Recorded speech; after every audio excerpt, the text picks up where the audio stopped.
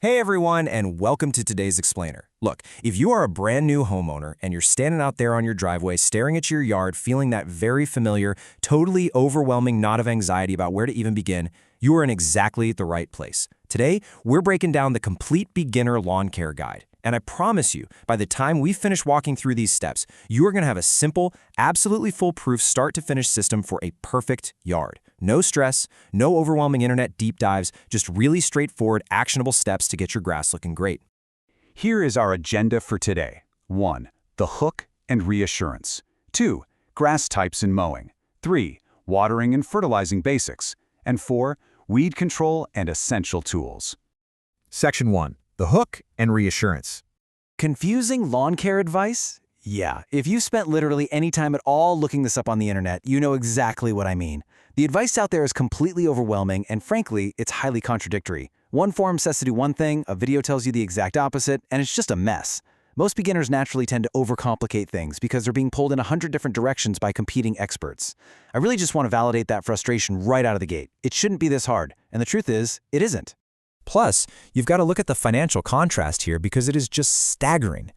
Doing it yourself with the simple system we're going to cover today costs about $150 to $300 annually. Meanwhile, hiring professional services, that is going to run you anywhere from $1,500 to $3,000 every single year. You are literally saving thousands of dollars just by taking control yourself. A gorgeous lawn is totally achievable for a beginner, and you absolutely do not have to break the bank to get it. Moving on to Section 2, grass types and mowing. Okay, so the very first step in lawn care is knowing your grass type, and it really just falls into two distinct categories. First, you have cool season grasses, like fescue and bluegrass. These guys thrive in places with distinct winters, like the northern US, the UK, and northern Europe. On the flip side, we have warm season grasses, like Bermuda and zoysia. These varieties absolutely love the heat, so you'll find them in the southern US and the Mediterranean regions. Once you know your region, you immediately know which category you're dealing with, which dictates everything else we're about to do. Now that you know your grass type, there are basically 3 golden rules of mowing you need to follow. Step 1 is setting your mower height correctly. If you have cool season grass, you want to aim for 3 to 4 inches. It likes to be a bit taller. Warm season? Keep it slightly shorter, around 2.5 to 3 inches. Step 2, mow weekly with sharp blades. This is so important. Dull blades will literally tear the grass, which invites disease, but sharp blades give it a nice clean cut. And step 3, and please hear me on this one, mulch your clippings. Stop bagging them up and dragging them to the curb. Leaving those mulched clippings returns vital nitrogen and nutrients right back into the soil. It is literally free fertilizer.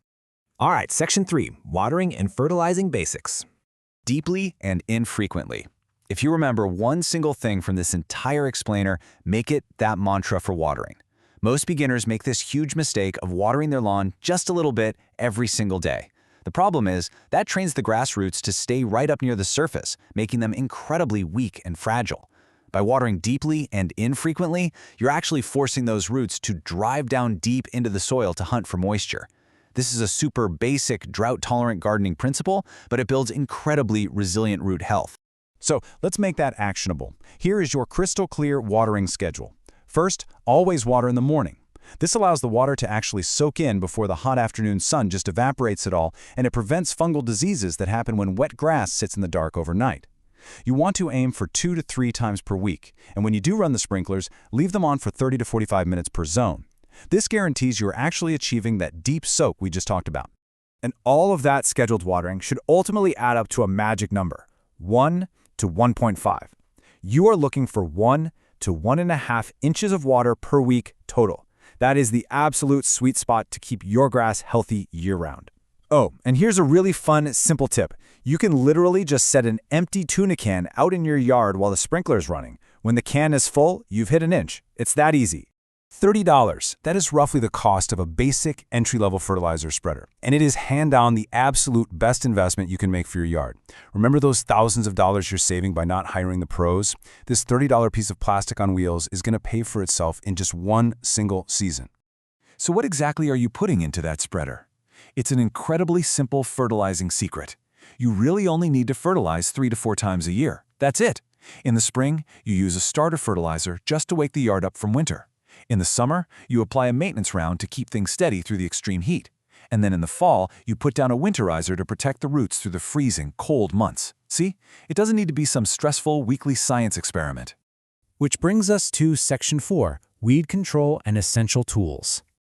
Thick grass is the best weed prevention. I really want to shift your mindset here for a second because we're trained to constantly be on the offensive. Stop thinking about lawn care as this constant defensive battle where you're at war with weeds. If you just follow the mowing heights and those watering steps we just covered, you are going to naturally grow a thick, healthy turf. Weeds need sunlight to physically hit the soil in order to germinate. If your grass is thick and lush, those weed seeds are completely shaded out. Your own healthy grass is your absolute best primary defense. But you know, nature always finds a way, right? A few weeds will inevitably try to sneak through. So here is your incredibly simple two-step chemical defense. First, you apply a pre-emergent in the spring. Think of a pre-emergent simply as an invisible barrier that you apply to the soil. It literally stops weed seeds before they even start growing. Second, you just spot treat any existing weeds that do manage to pop up later using a basic spray bottle. There is absolutely no need to go out there and blanket your entire yard in harsh chemicals. When we tie all of these steps together, you get this really reassuring, highly manageable seasonal overview.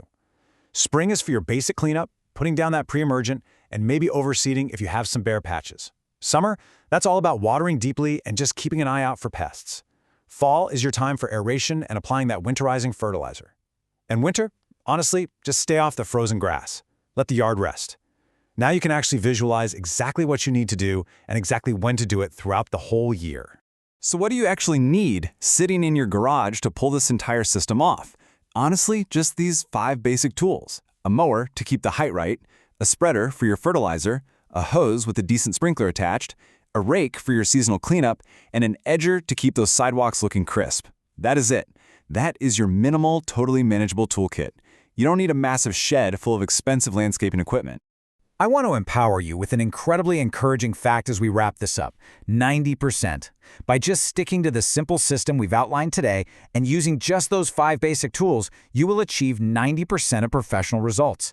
That final 10% of pure golf course perfection, that is where people lose their minds, spending thousands of dollars and hundreds of stressful hours. But getting to 90% gives you the best-looking yard on your street with a total fraction of the effort and cost. We have covered a lot of great ground today, from identifying your grass type all the way to setting up a bulletproof watering schedule. So I want to leave you with this question to think about. What is the most confusing part of lawn care that you are going to conquer first? You have the knowledge now, and you have the system. It's time to grab your mower and take charge of your yard this weekend. You've totally got this.